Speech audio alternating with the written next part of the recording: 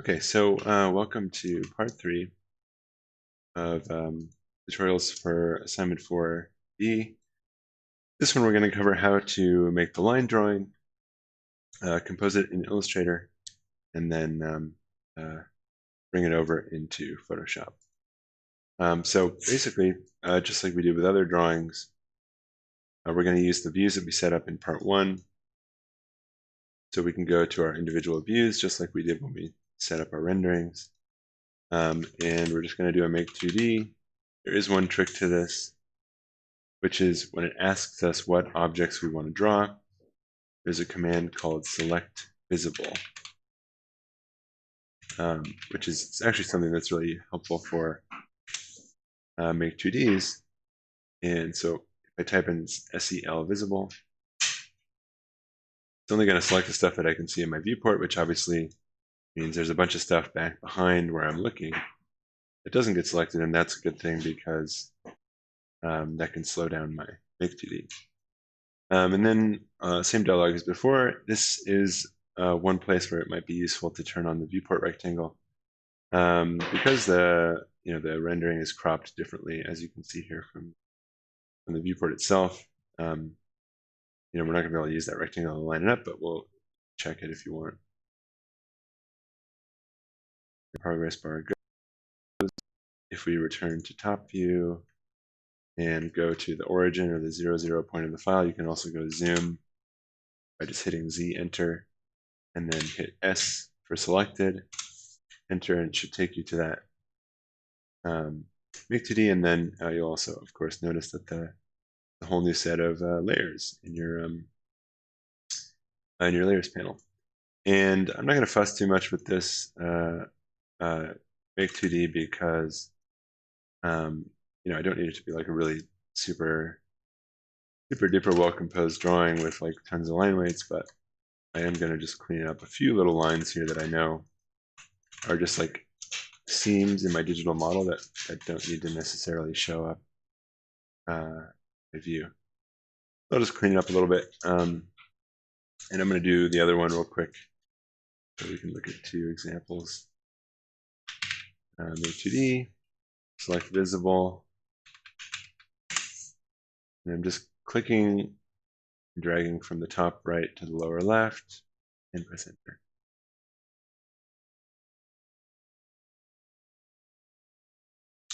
Oh yeah, and so you will notice that they don't necessarily get exported at the same size, just because that's how Rhino kind of deals with perspectives. But that's fine. We can just we can export. So when we export it, which we're going to do right now, so we'll select each drawing. That one I don't think I need to clean up too much. I'll go to File, Export Selected, and navigate to my folder here. Under Save As Type, I'm going to change to Adobe Illustrator. So just like with any other line drawing, I want to take it out to Illustrator. Well, I should say with any kind of diagram or any kind of image like this that we want to compose in several layers, we're going to take it out to Illustrator. I'm going to call this my, I guess this is my site view. So I will leave that out. And then over here in this dialog, because it's a perspective image, and you can see it didn't get made 2D at any particular scale. So we can just go to choose a snapshot of current view. Okay. I'll save both of these out. I guess I did the wrong label on that last one, but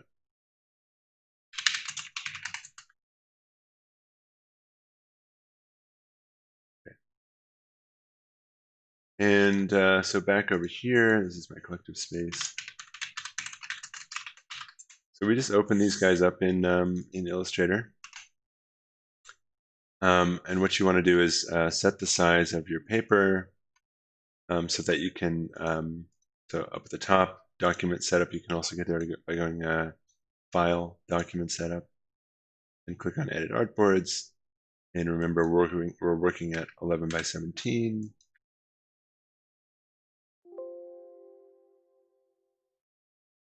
Oops, it didn't take for some.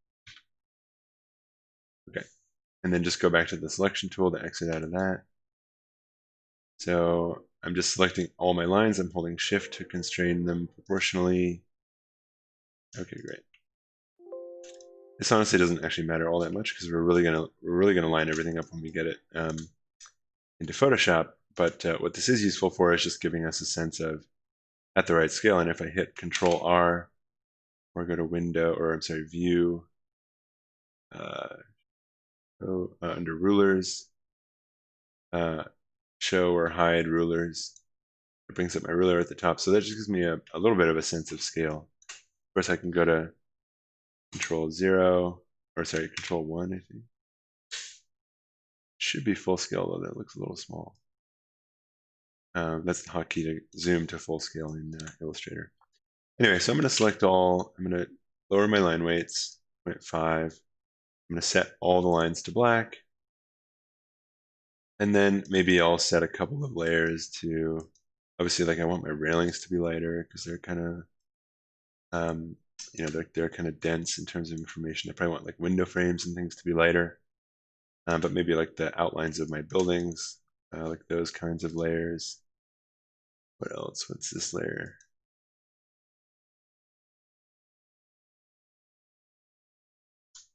We bump those up just a little bit, just to give it a little bit more crispness. Layers in it.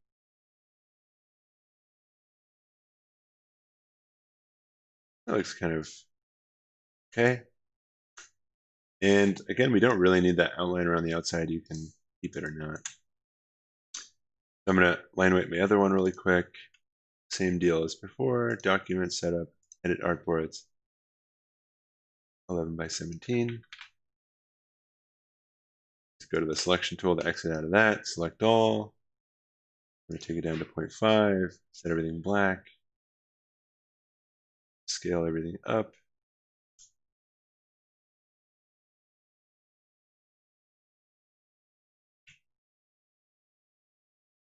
Okay.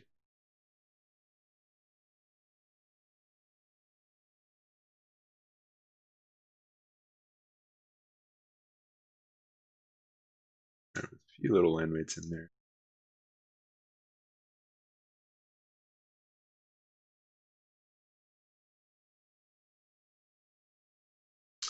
And for example, like this line right here, we know that's actually not really an edge in reality. That's just an edge in my 3D model.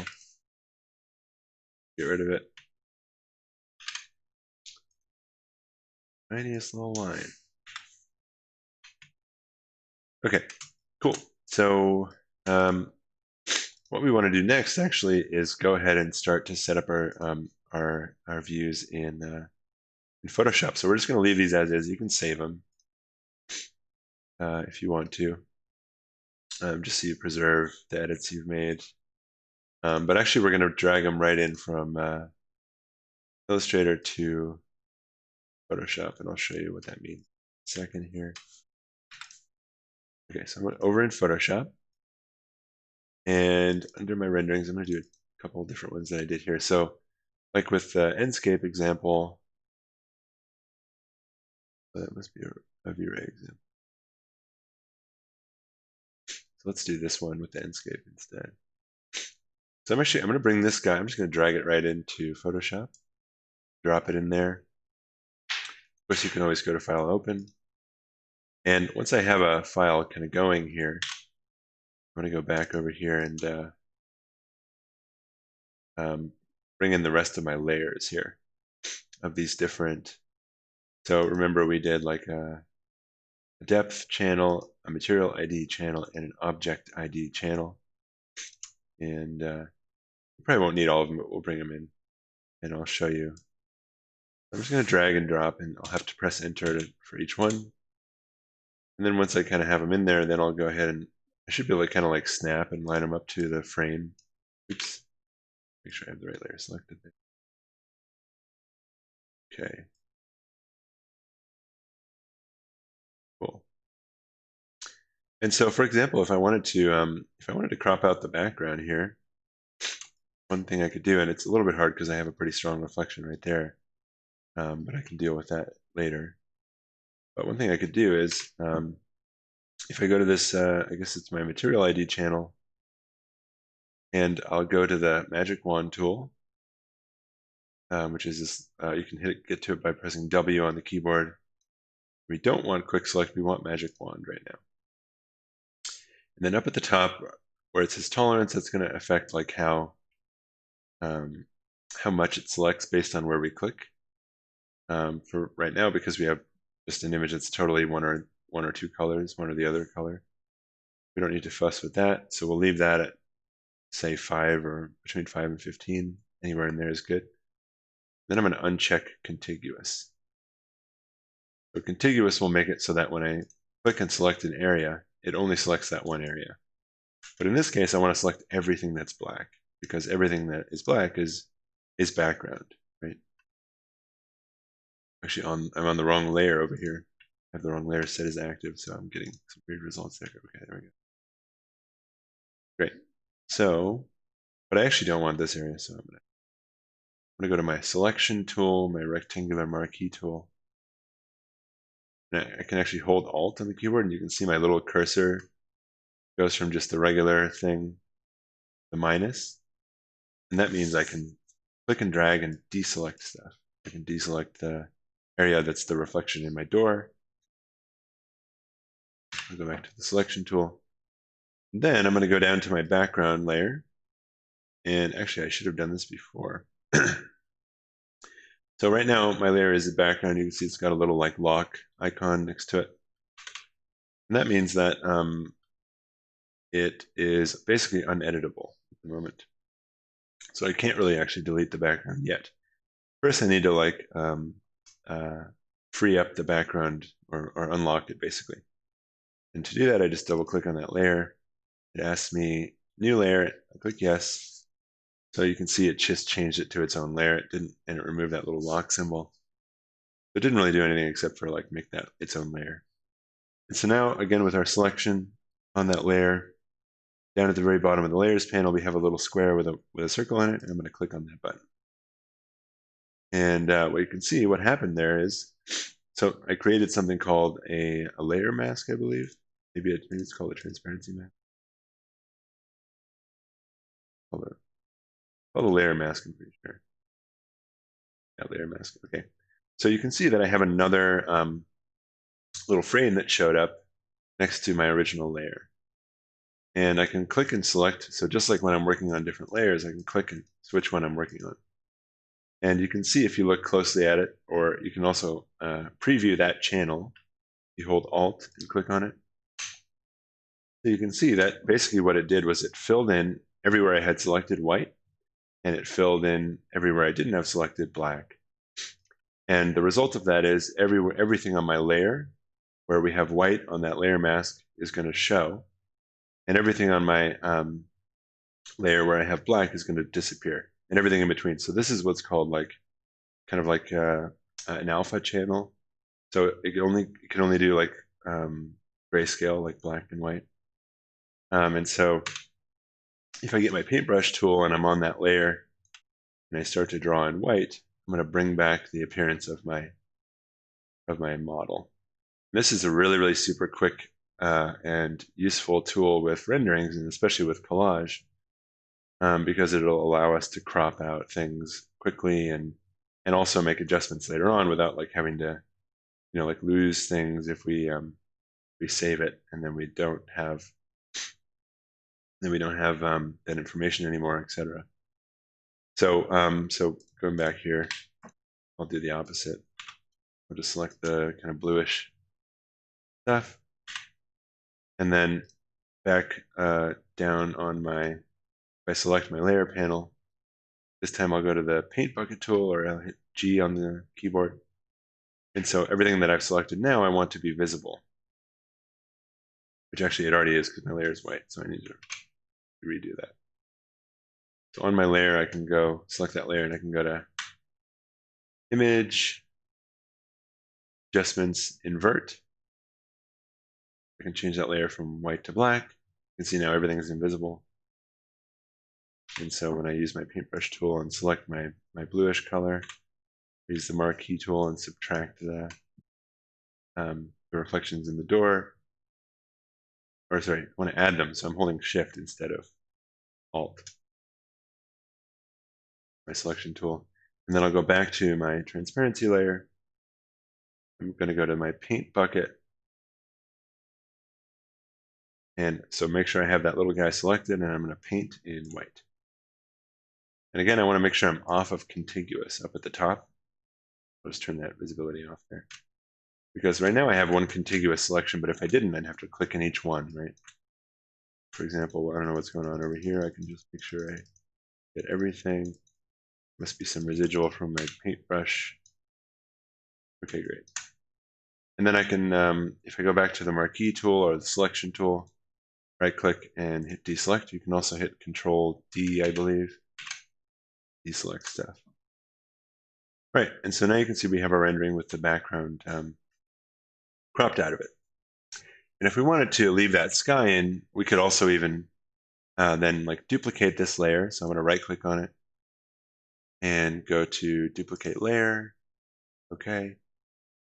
And then over on my transparency mask on that duplicate version of my bottom layer, I would go to image, adjustments, and invert.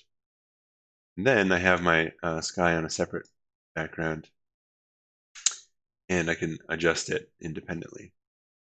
In this case, I'm not going to use that sky background. It's kind of just because the black in the ground, which I don't want. I'm going to delete that. Oops. That whole layer. Okay. So before we get into the rest of the composition in Photoshop, I'm going to show you how to bring over our Illustrator image. So over in Illustrator, I'm just going to select everything, and I'm going to drag it straight into Photoshop. You should see it kind of get placed like that. And then again, I'm holding Shift. And I can just place it, but yeah, so to transform something, what we want to do is hit Control T, and I'm holding Shift.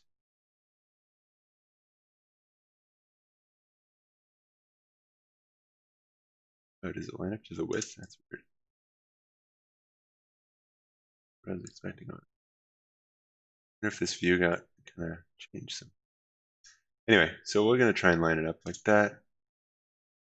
So I'm holding Shift to keep it proportional.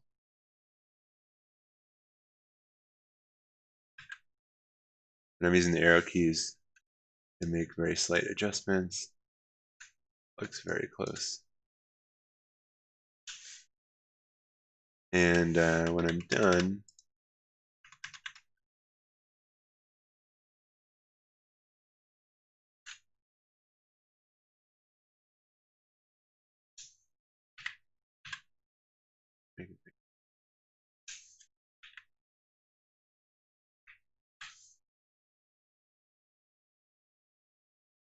I just press Enter on the keyboard, and now I've placed that that image. Now you may notice that it's not quite cropped the same. That's fine. That's easy to fix. And you'll notice that when I place that image into my Photoshop file, it came in as a new layer and as something called a vector smart object. And it also came in with like this little icon that looks like a little piece of paper with the corner turned. And that is what's called a smart object in Photoshop. But basically, it's the same concept as when we place an image in InDesign. Basically, it just means that it's like linked to a different file. So it's not like these lines are totally in Photoshop. They're also linked to an Illustrator file. However, because we dragged them from Illustrator into there, they're actually not linked with the Illustrator file that we saved of that view. So we couldn't open this file, for example, and edit it, close it again, and have it affect our drawing in here. But we can quite easily get to it by just double-clicking on that layer in Photoshop, and you can see it opened up a brand new file in Illustrator. So I'm going to close these other ones, save changes. And now, so I can do everything that I was doing before.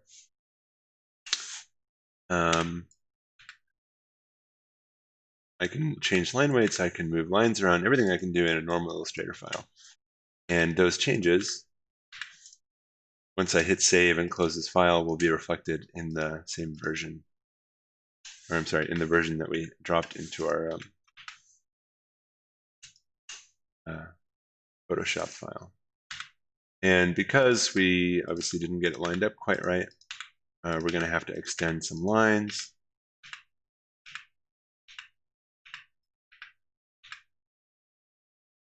Deleting some stuff that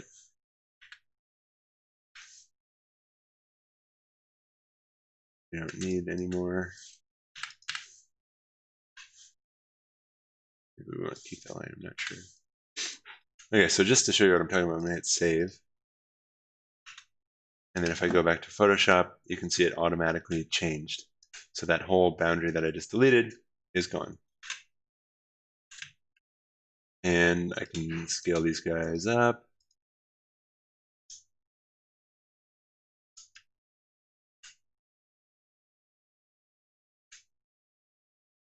I don't really care how far they go, although I will say this is going to mess up my scaling. But so I'm just selecting each line and I'm holding shift. Keep it kind of proportional there. And we don't have to do every single line, but I'll just do bigger ones.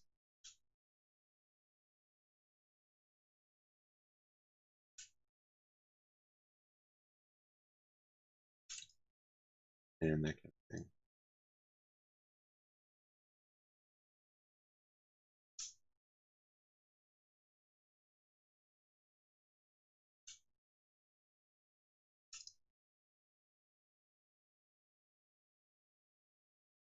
Again, I'll hit save. And you'll see because I changed the kind of the boundary of that guy, that it actually moved my image around. So we'll have to line it up again here.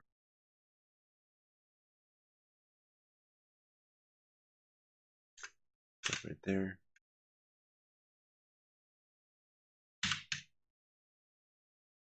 Using I hit C on the keyboard to go to the cut tool.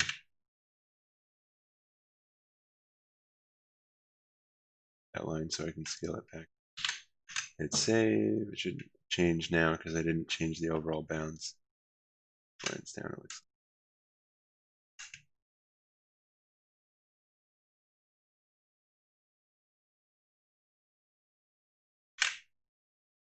Oh, I think I don't want to go past the bottom because that'll change the scale again. Or change the placement, I mean. Save.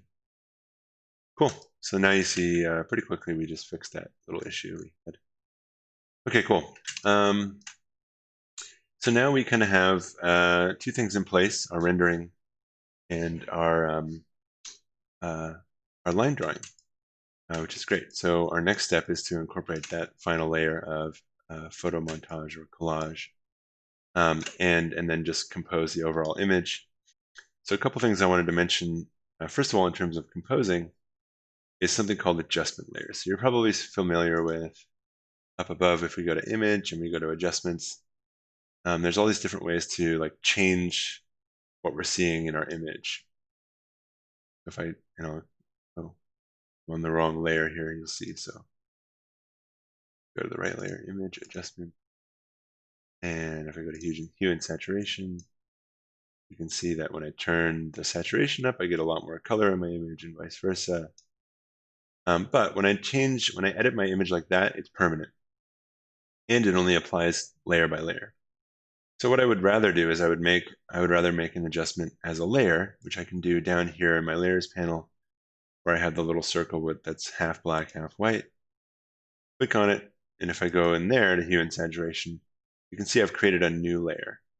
And so the same thing is true if I drag that saturation bar up to the right, down to the left. You can see it changes that image, but I can also toggle it on and off, and I can go back anytime and adjust like what I've done inside that layer, and so it's not permanent. The other thing that happens with this is if I place it under, it only affects the images below, or the layers below it in the layers panel.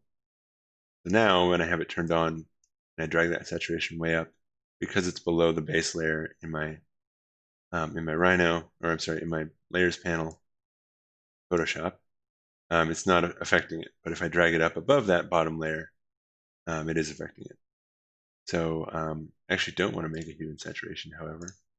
I'll delete that guy and go to adjustments. And I'm going to go to a couple that I like to use. A lot of people like curves or levels. You'll see they're kind of in groups. So like these all deal with color, basically. These all deal with like contrast and like balancing the light and dark of the image. These are just different ways to like make kind of graphics. So like you can have a color fill as a layer or a gradient as a layer. And then these are other kinds of adjustments that that kind of transform your image in a way. Anyway, so what I want to do is I want to turn my image black and white. And I'm going to do that first of all, just hitting black and white. And you can see in here I have a couple of sliders that are created right away.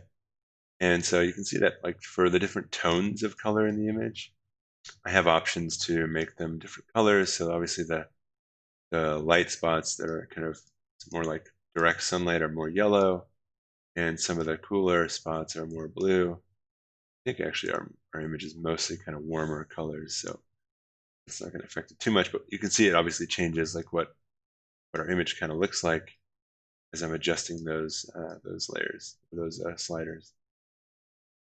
And so I'll just play around with it a little bit. Looks kind of nice.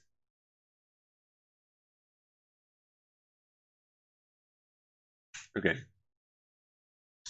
And then I also want to just do a quick, I think it's always good to like level your image in terms of bright, light, and dark. So I can go either to brightness, contrast, levels, curves, or exposure. I personally like curves and exposure the best. I'm going to do an exposure.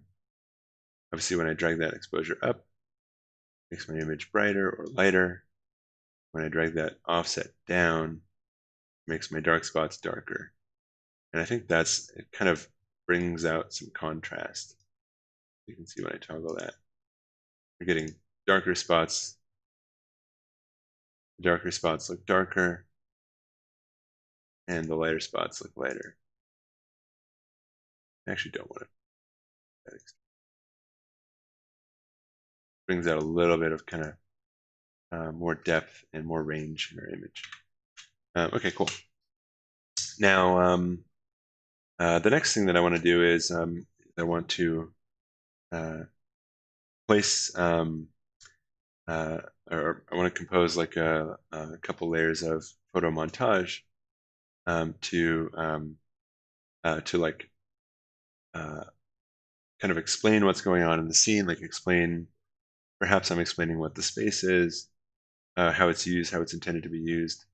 I'm probably also going to want to show some context, some neighborhood context, or some vegetation or something like that.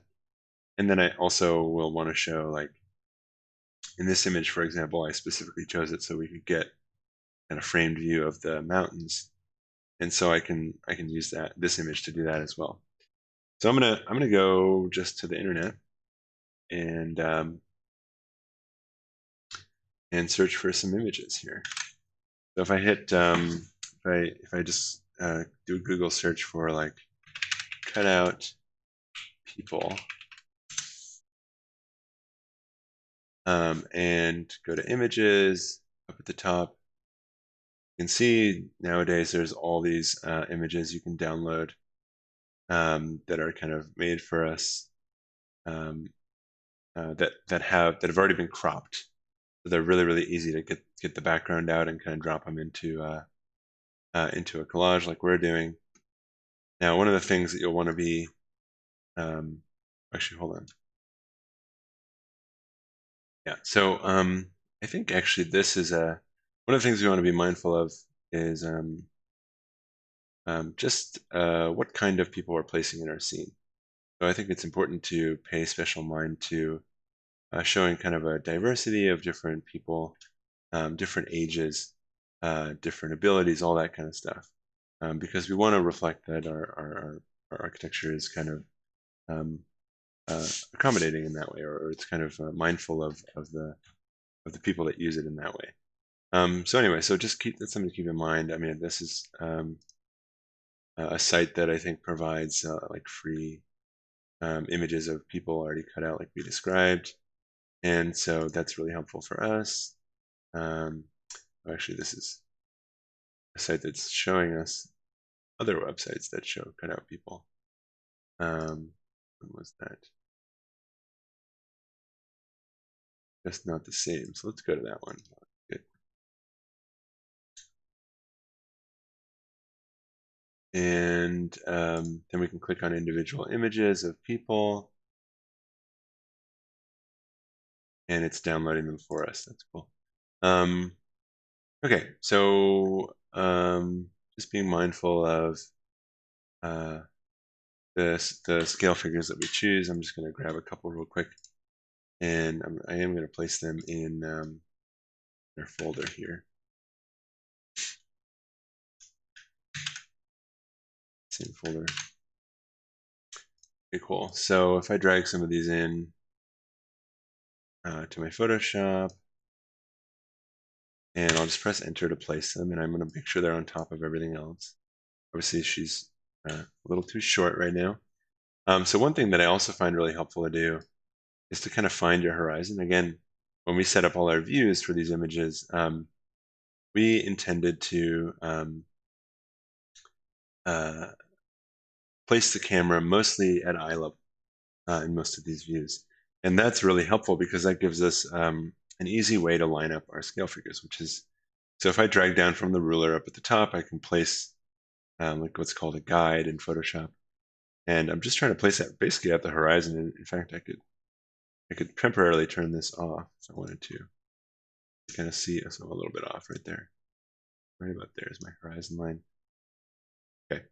And so I can kind of get a sense of where eye level is. And basically what I can do is I can line up everyone who's on the same plane as me. In other words, anyone who's on the same floor level as me, their head's going to pretty much line up right on that line, no matter where their feet are. So if I go back to that image I just dropped in of our scale figure, and I'm going to drag her up a little bit, and there we go. So I'm not quite sure. I mean, so this door should be about 6'8". Not really sure what it is in the model. She does look a little bit tall, so I'm going to drag that down. That looks real. Okay, cool. And like I was mentioning before, one thing that'll be helpful is to put that black and white on top of all of our layers. That way we get everything in the image black and white. And I'm actually going to make an individual exposure setting. In fact, you know what? It kind of looked better before. I'm going to make an individual black and white setting just for that scale figure. So under my adjustments, I'll go to black and white. That one I can specifically apply it to just one layer. If I hold Alt on the keyboard, there's a little icon that shows up if I place my cursor between the two layers with a little square and an arrow.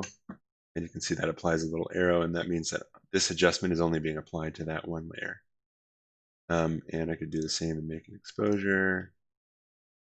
And I could also, I can make a group for my scale figures and kind of show them that way. And I'm just placing it to one side because I don't want to block the view, obviously, that I'm setting up with this rendering. Okay, and so the other thing that I would then do is go and find some images that show context. Now, you can actually do a pretty good job if you're very, very careful and pay attention to detail. But you can do a pretty good job cobbling together images from Google Street View. So I think one of our sites is like there, right?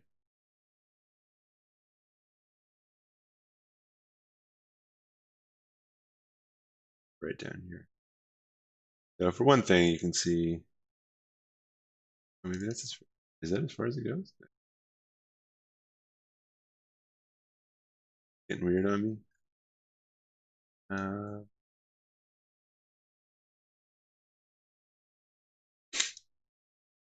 Okay, so there's our site. So, one thing we can do is I think it's a nice idea to kind of, show some of the real character of the surroundings, like um, the vegetation and the streetscape and everything like that. Now we're obviously a little bit elevated with this view, which makes it hard, the rendering, I mean, but I'm going to try and zoom out a little bit. So I'm just going to do basically like a screen capture. I think over here, we have, like, you'll see there's little symbols and stuff that will show up on certain things. We expand our menu here in the Google Maps thing. There's a way to turn off symbols, I believe.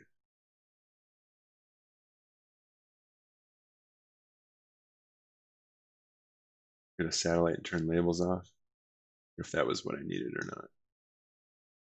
Okay, yeah. Oh no. All right, well, we can just fix that later. Anyway, so we're going to kind of line ourselves up with that church. So we're looking this way, aren't we? We want to see those mountains. Let's see, how's that going to work? So we don't see that at all. So we might see some other kind of context of just like some trees and stuff like that in this view. So I'll explain how to do this with the other image. Well, actually, we won't be able to, will I? That one doesn't have any context. So one way to do this is just to kind of take a screenshot. I'll just explain it real quick. And you can do that just by doing the keyboard button on your keyboard where it says print screen. Or you can also, if you're using Windows, there's something called the snipping tool.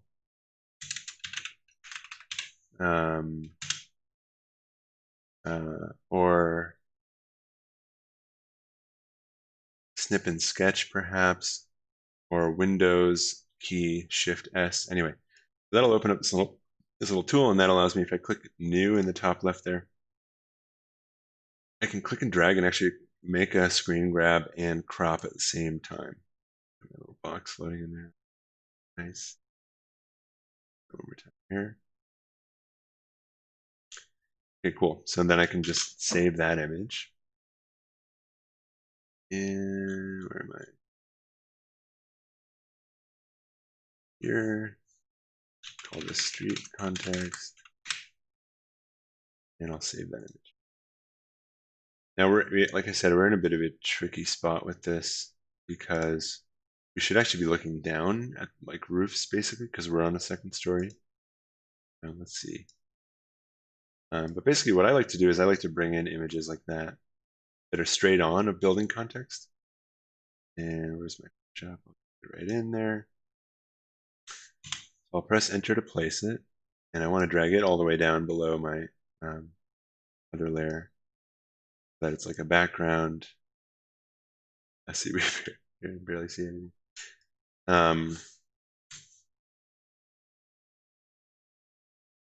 Maybe we use that as like a sky image or something. I want to apply these just to the background. Really messing me up. Do a separate black and white for my, for my rendering. Do a separate black and white for my image.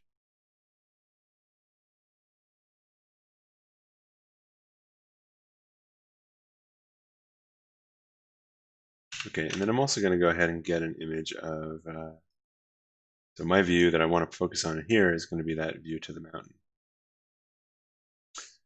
I'm going to go for,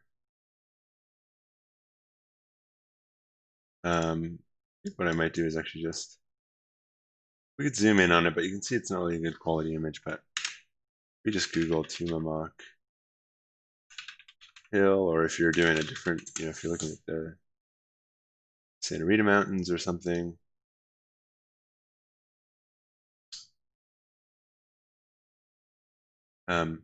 Then you could Google that instead. That's a pretty nice view. We're looking at it from the base, which is kind of what we want, right? We're looking from down below rather than elevated like we are here. Fortunately, that's not a very good image when you go to this one. Another thing to pay attention to, like right there, is if I place my cursor over that image, it'll show me kind of roughly what resolution I'm at in terms of the quality of that image. So this is 1400 by 1000 pixels. If you remember our rendering is actually 2500 by like 1600 pixels. The rendering is quite a bit larger, but we can try it. Maybe it'll be big enough. So I'm going to save as. I click on it, save as. And we'll try and break that. I'm also going to, oh yeah, I have to kind of. So yeah, one of the things I like to do here, if you are looking to show street context, is rather than trying to get the view to line up perfectly all the time, another way to approach it is to kind of crop out just what you want and then compose it in a series of layers that way. So for example, we could crop out just the sidewalk here, and then we could grab screen grabs of our adjacent houses and crop each of them. And what that allows me to do is, let's say I had a 2-point perspective more than a 1-point perspective, where I'm looking at an image, let's say I'm looking out from the corner of my site.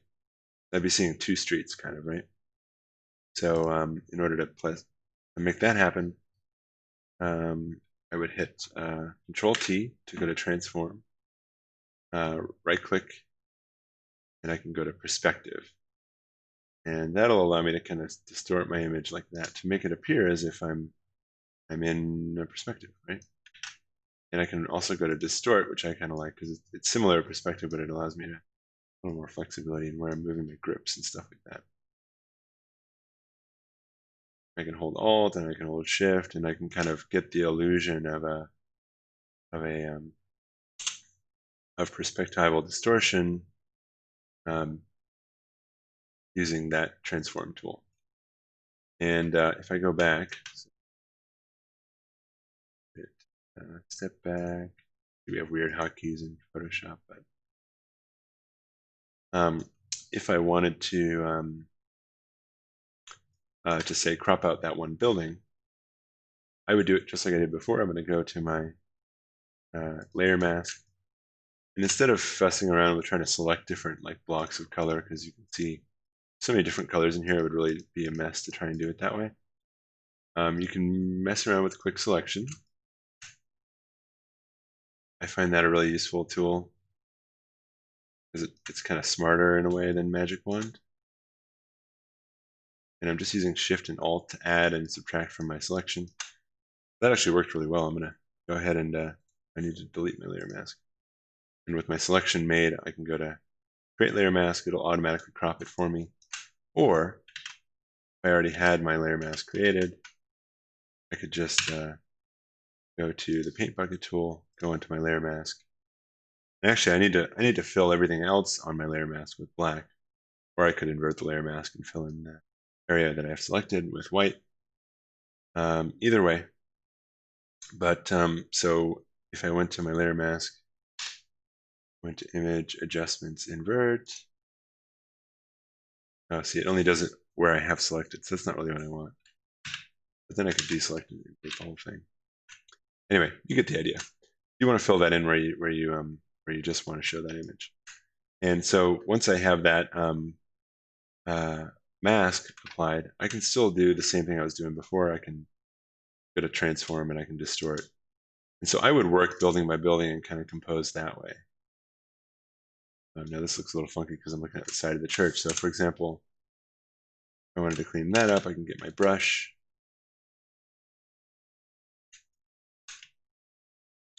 And I'm holding Alt on the keyboard and right-clicking and dragging to resize my brush. I can also right-click and drag up and down to change the hardness of the brush. I want kind of a sharper edge. Now I'm painting in white, so what I did was accidentally bring back some of the image. I can undo that. I'll switch it over so I'm painting in black.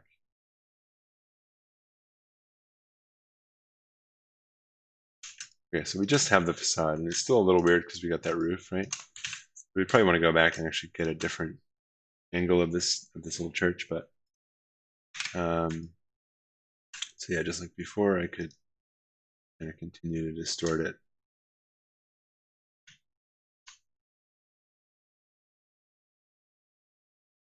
Yes, it's never quite gonna look right because we're a bit off in that.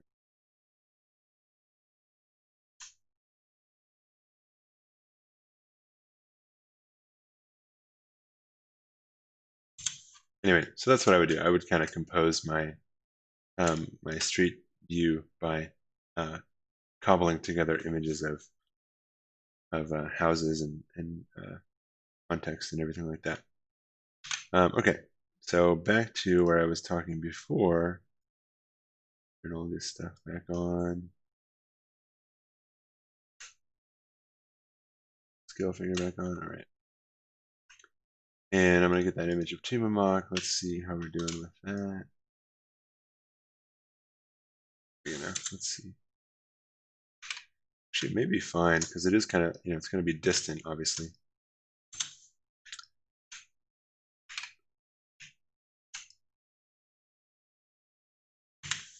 And so maybe in front of that, we place our image of our street view,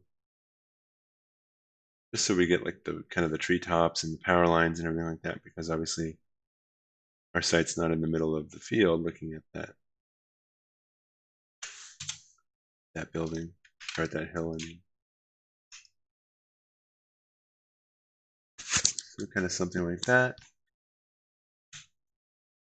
And I'll make sure it's in front of my Tumamok image, and I'll go to layer mask. And this time I'll use the paintbrush.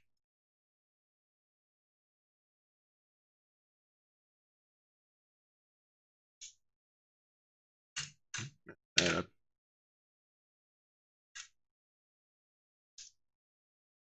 Yeah, and so you can do this also by holding Shift on the keyboard and clicking back and forth. You kind of draw a straight line with the paintbrush. You want to trace something more precise like that.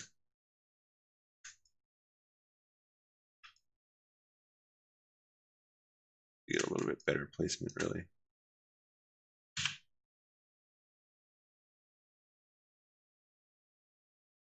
Something like that.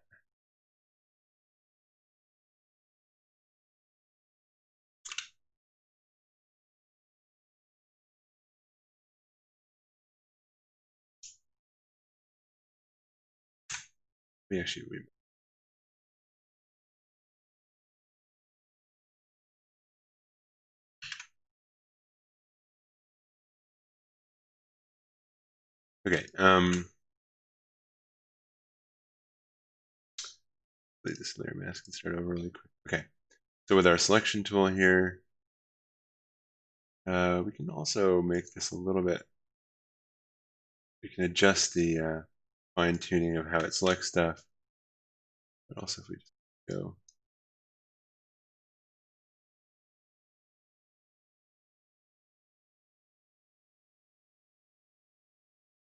So if we just kind of see, it continues to kind of learn from what we're doing here.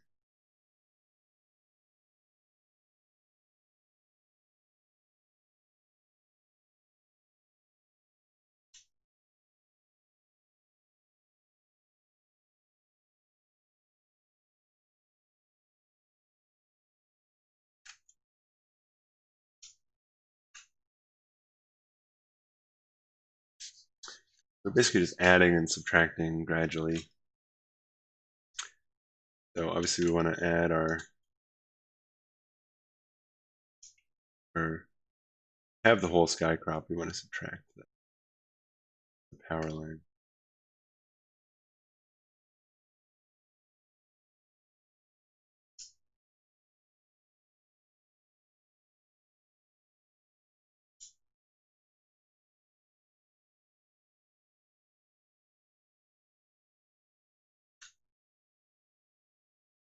See, it kind of figures out what we're trying to do.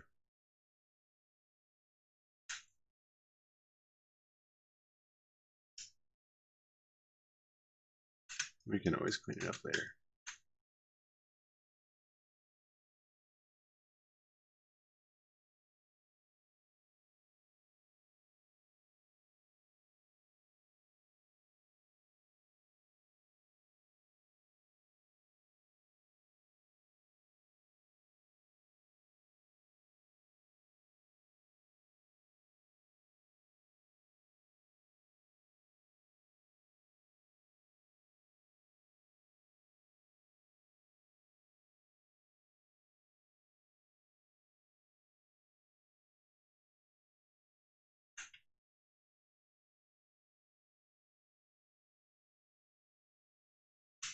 Anyway, I'm not going to forever doing this, but then if we, oops, clear mask and kind of fill in, cool. Well, that doesn't look great, but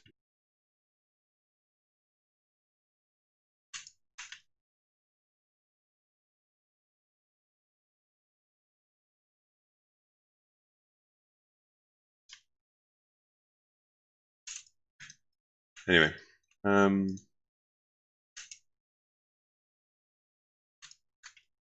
up to you how much time you want to spend on this kind of thing. But let's bring back our image. Okay, so you can see we only need to really get it in a certain area there.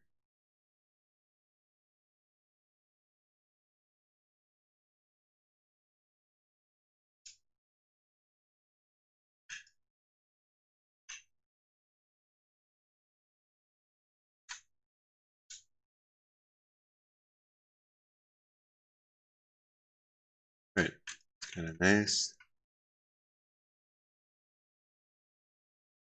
We got some treetops over there. That's cool. All right. Okay. And then if we're working on our Tumamoc image, I would say we also want to really feather the sky because we're going to have to put in another sky image there. Obviously, not sure what that line is up there. Maybe that's from this. Yep. Okay, cool. So last thing we need to do is find a sky. So if we go to, obviously we want to be mindful of which way the shadows are coming. Obviously in this case they're coming from the south. It's probably a summer day because we got a high angle on that shadow. And we're going to get us like a Arizona summer sky, which is going to be a bright, kind of fairly cloudless sky actually.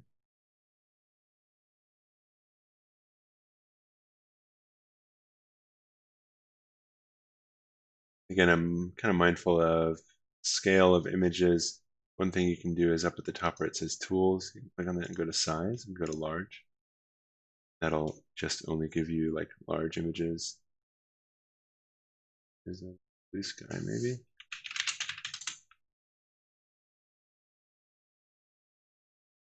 Go. Like that.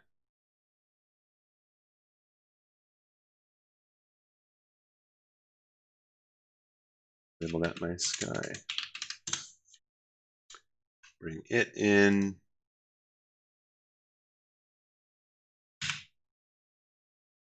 Nice.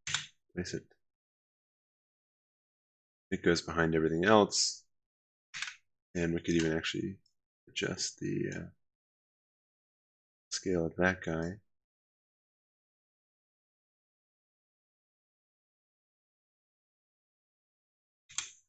Okay, all right, great. And so there we get a sense of, we got a little bit of neighborhood context going on. We got a little bit of sky going on. Now, another thing that I would, you know, for just for details here, you can see we have this kind of black reflection in our windows and our glass. So we can leave that as is if we want, but if you want to, you can also, there's a kind of a trick to covering that up with like a reflection of sky, for example, which will just make it a little bit less distracting because it's a really kind of dark spot in our image. I'm going to duplicate my sky image. Hitting Control J. You can also right click and go to duplicate up at the top. And then this is also where my so way back when we brought in all these layers, we had a also an object ID. You can see that in here we can then, using our magic wand tool, and make sure I'm on that selected layer. Go back to my magic wand. And this time I'm going to turn off contiguous because I just want to be able to go through and select.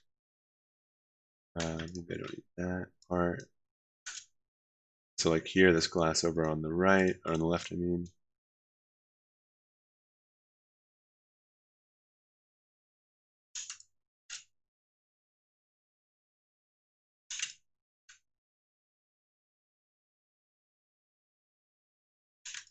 Good enough. All right.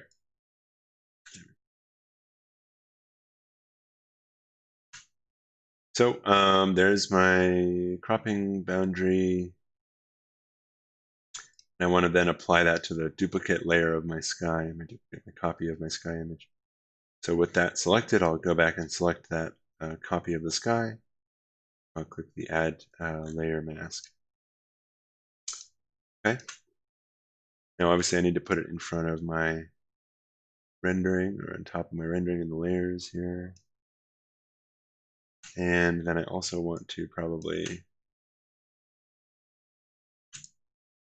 I should have added those. I can go back and do that. But the trick really here is to use like this kind of mixing thing that Photoshop can do. So if I select that layer, first of all, I'm going to make it black and white. So I'll make an adjustment. And you can see it's just like kind of covering up where my reflection is. But instead of doing that, I want to kind of mix it. I want to see the glass and see the reflectivity of the glass, but I also want to see a reflection of the mountains and of the sky and all that stuff. So a couple things. First of all, if I click that little link between the layer and the layer mask, then I can move them independently. So as I move my sky around, I'm not moving where that cropping boundary is, which means I'm not changing, that it's showing only in my windows or in my glass. But first I'm going to drag it down because we're probably not getting a reflection of mountains back there, are we? I'm going to drag that guy down, get it out of the way. And then the other thing that I'll do is I'm going to change that mixing thing that I was talking about. So with that layer selected, I'm going to go up at the top of the layers panel where it says normal. And there's a couple in here, and like our adjustments, they're kind of in groups. It's hard to know really which one's going to work best, to be perfectly honest. Like soft light often works well, but in this case, it's not working well. So I'm just using the arrow keys, and I'm going to scroll through them and kind of see. And you can see it changes like how much it mixes and how well it mixes. And so we're getting a little bit of that transparency of the glass, and we're getting a little bit of the sky, and you can kind of choose. The multiply doesn't do it. You burn. The lighten kind of works nicely because we're still getting some of those reflections. Screen works nicely.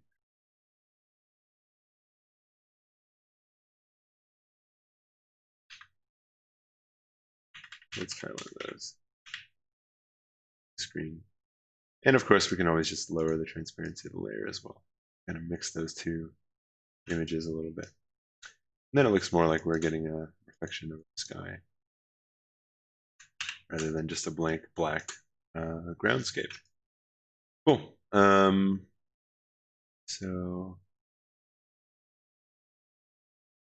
I guess for the most part, this image, could use a lot more adjusting in terms of balancing. Like we probably want to have a little bit crisper edge between the sky and the mass. There's some areas that are getting kind of blown out, overexposed, and stuff like that. There's a lot of adjustments that still need to happen. But I think that more or less kind of explains the steps. And so I'm going to go in and do the other image really quick, and then I'll catch up and I'll talk a little bit about vegetation in that one, and then that should wrap up the video. I'm going to pause real quick. Okay, so the last thing I want to talk about is just the deal with vegetation. Obviously, we didn't really talk about that too much in the other rendering. So let's say, for example, I have this kind of courtyard space in my view here that I want to show that there's like a tree growing in that space. Now, obviously, one thing you can do, just like with the people, is go to Google cutout trees, and you'll get a lot of results that way. And I do think it's, you can find images of trees that kind of work well enough for what you're doing, and obviously you want to be mindful of, the native species and what type of tree you're putting in that space. So, for example, we're going to try and find an image of a mesquite tree. So you can get pretty close, and especially with a lot of these trees, like, they're going to look they're going to look fine if there's just like several of them and they're at a distance and everything like that. But let's say we wanted to find a specific view. So for example, like in this image, we have, we're kind of looking up at more like the bottom of a tree canopy, and we want to make it look like a mesquite. And it's obviously much more up close than normal. So I'm just going to Google mesquite tree, and I actually already found this image. I'm going to images and size and large, tools, size, large. And this first image that came up actually works great for me because, like I mentioned, I want to see a tree that's I'm kind of looking up at it from underneath. And in this case, because I'm looking up at sky behind this tree, it's making my life a lot easier in terms of cropping that guy out, right? I don't want to pick a mesquite tree or an image of a mesquite tree where, like, I mean, even this one's not too bad, but like, if there's a lot of detailed stuff going on behind it, it's going to be very, very hard to Photoshop. So this works well. So I can go and save this image. That one actually looks pretty small, but this other one that I already got, too bad. Okay, so I could save that image. This one, anyway, so I'll save this image, and then I'll go ahead and bring it into my Photoshop file. Oops. And I'll just press enter to place it. Now the first thing I want to do is kind of sort of get it in the right spot. And I can even adjust the transparency of this so I can see what I'm doing a little bit. So obviously we want to be like kind of looking up at it. And it's okay that it's kind of cropped out. And we'll figure out the bark, the rest of the trunk as well. That.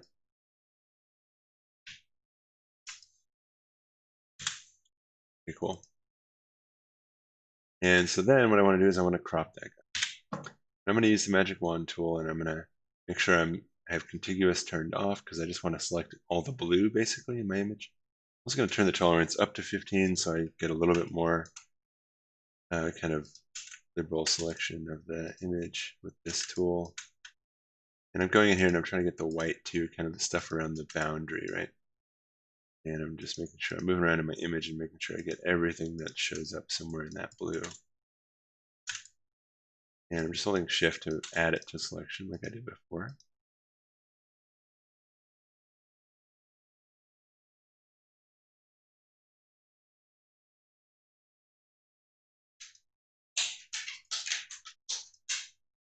Okay. Here we go. All kinds of good stuff.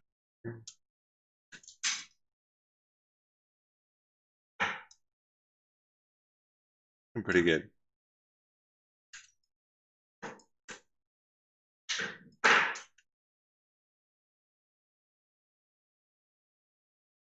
All right, cool. And then what I can do is, so I could mask it right away and kind of see where I'm at. I'd have to invert because I'm selecting blue, right? Obviously, I missed a bunch of stuff over there. That's one thing. But you'll see also, it'll be hard to get the kind of edges to look okay, and that won't be as much of a problem once we go to black and white. But instead of doing that just yet, I'm going to go Control Z, going back. I missed huge blue over here, so I'll add that. And then before I crop it, I'm going to go ahead and go to select, modify, and I'm going to go to expand, and I'll do a couple of pixels. The first thing I'll show you what that looks like. So again, a lot of the blue kind of around the edges of stuff went away, right? That kind of blue glow where we weren't quite cropping it right to the edge, that kind of went away. So that's good. That's a start. But I'm going to go back again and do one more thing. I'm going to select, modify, and I'm going to go to feather. And I can kind of this a little bit. And then same thing, I'll make a boundary and I'll invert it. And that's also going to help just kind of make those edges read a little bit nicer. You can see we have a pretty good cropping situation going on here already. And obviously there's kind of a messiness in here, which we might have to clean up manually in this case because that's actually kind of behind this overhang. We're not going to deal with that. And then I'll go in here and I'll just, with my paintbrush tool, drawing on my layer mask, I'm going to crop out the rest of the mountains over here. And that's pretty simple because I just have to kind of get it right up around the tree trunk.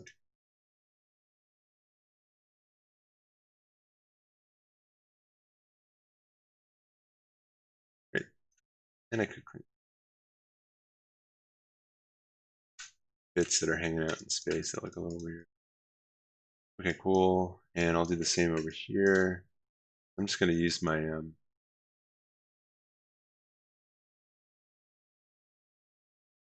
layer mask to kind of make it appear as if it's behind that edge. Obviously in the layers, it's actually in front of that image.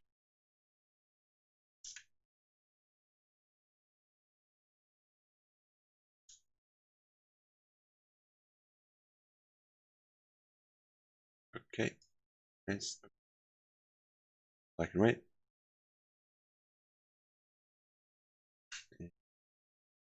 Brighter. There, just applying it to that one layer.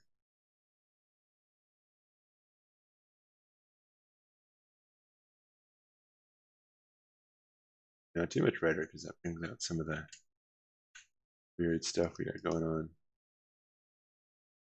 Cropped it. And we can just mess around, and levels is a good way to just kind of make it lighter.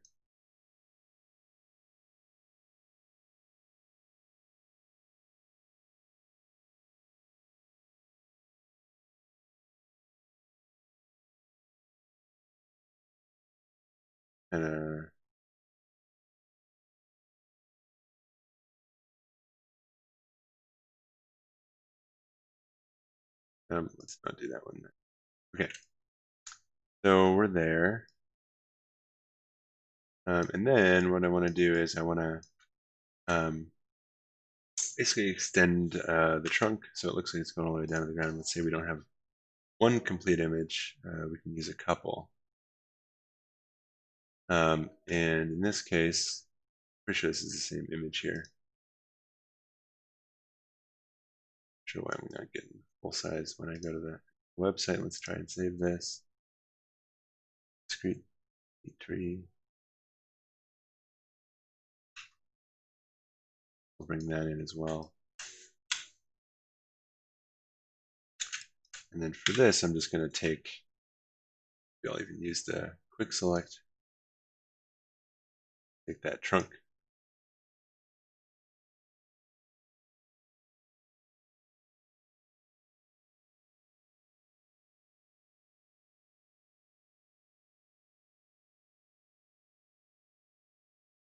Cool.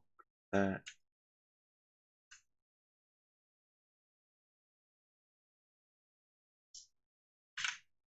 I'll throw these in a group maybe. Just throw that exposure on the whole thing. Black and white on the whole thing. Okay.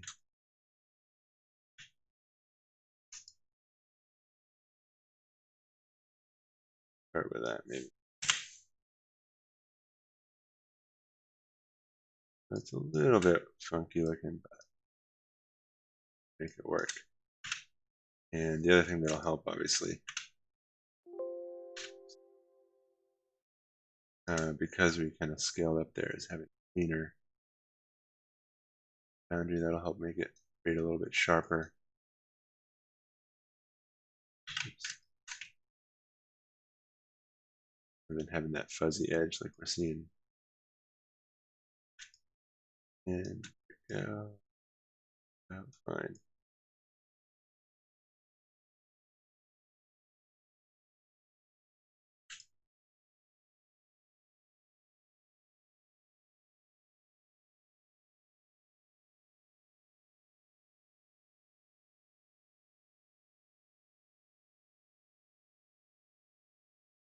Cool. All right.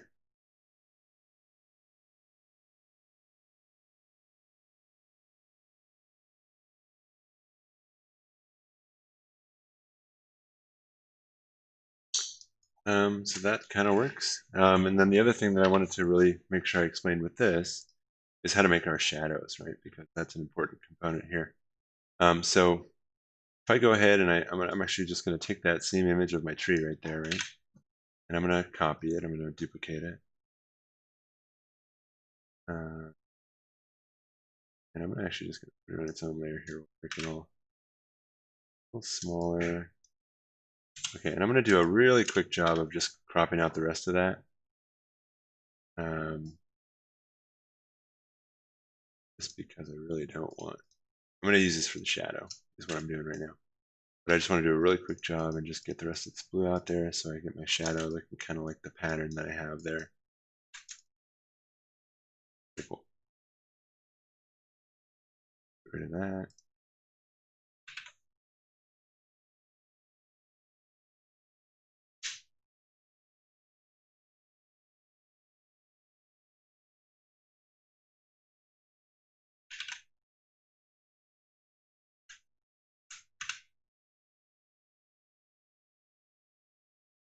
Not too worried about the tree trunk. Okay, that's fine, I think.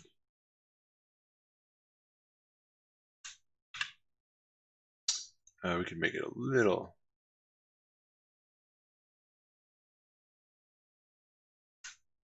darker too if we want.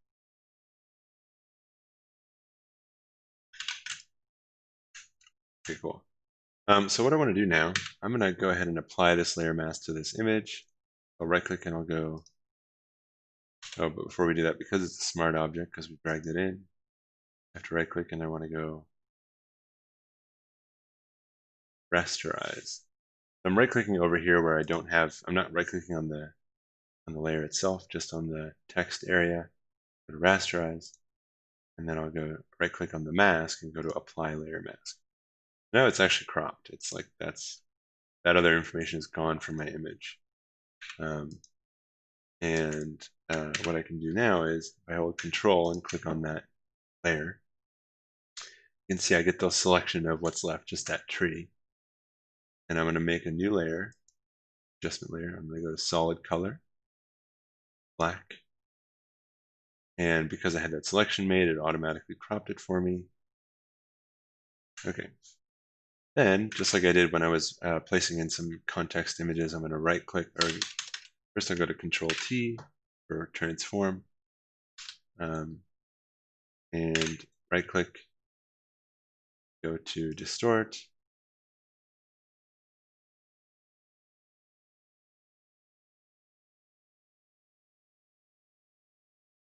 Makes sense with our image there.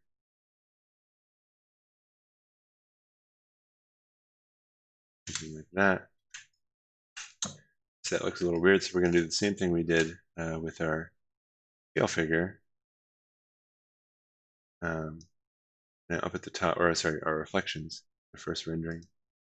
And with our mixing channel thing here, where it says normal, click on that and go to soft light. And again, we can kind of roll through some of those if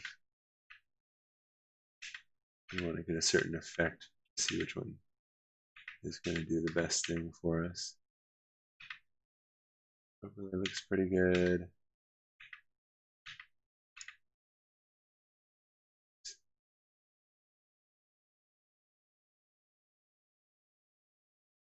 Of course, we can just change it to help you.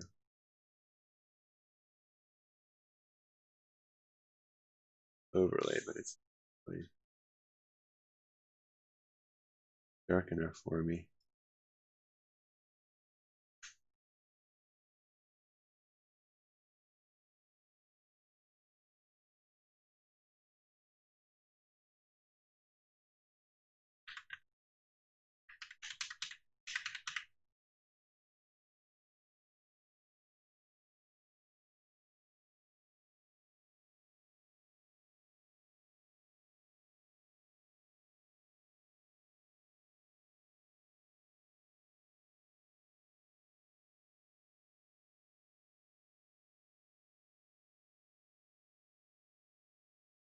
Okay. tweak my opacity a little bit there. And then I'll go ahead and I'll oops.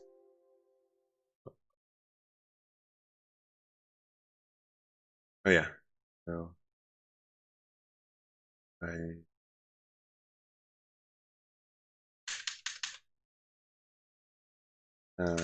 then I want to also like crop this stuff out a little bit nice.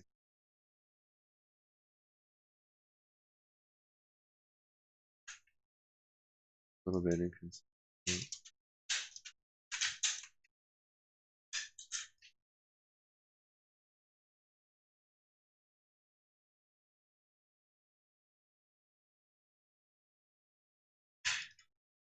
We'll just kind of fade it out as it gets in there.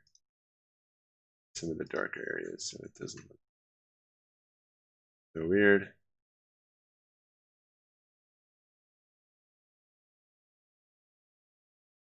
Cool. And we probably could have softened that too before we applied it because it is a little bit crispy looking. That's okay. All right, cool. And I think that's kind of where we're at. So, oh yeah, and then the other thing, of course, you could do, I already made this guy.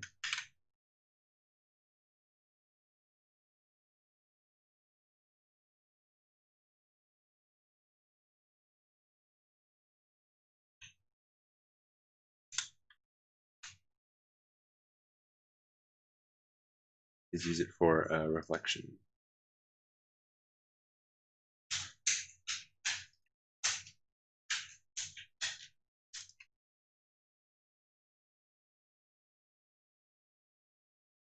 For that, I'll use my little lasso.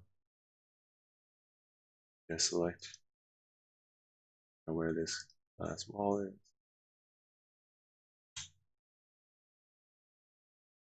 Stop it with that. And then, just like before, I'm going to change that mixing. It's not weird.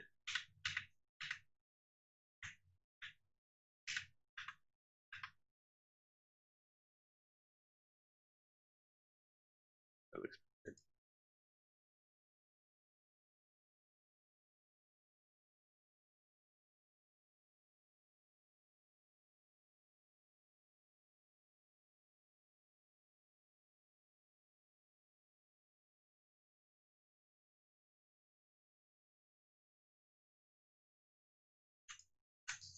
Okay. Cool. All right, so that's going to wrap up this part of how to integrate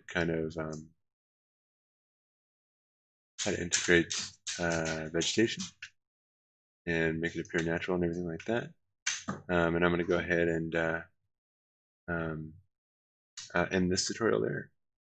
Oh yeah, the last thing to talk about is how to, when you're done with a Photoshop document, you always want to save a Photoshop file. So if I go to save, and I want to save it as a .psd, that's going to preserve all my layers and all my adjustments, so I can go back and edit this whenever I want to. But then I'm going to go to File, Save As, and I'm also going to save it as a JPEG. And that JPEG needs to go then into my PDF document, my InDesign presentation, so it can get exported as a PDF. And so for this class, you'll just make a quick InDesign document, throw each of your renderings in, and save it as a PDF, export it as a PDF. Okay, so that is going to wrap up these videos, and I'm going to sign off.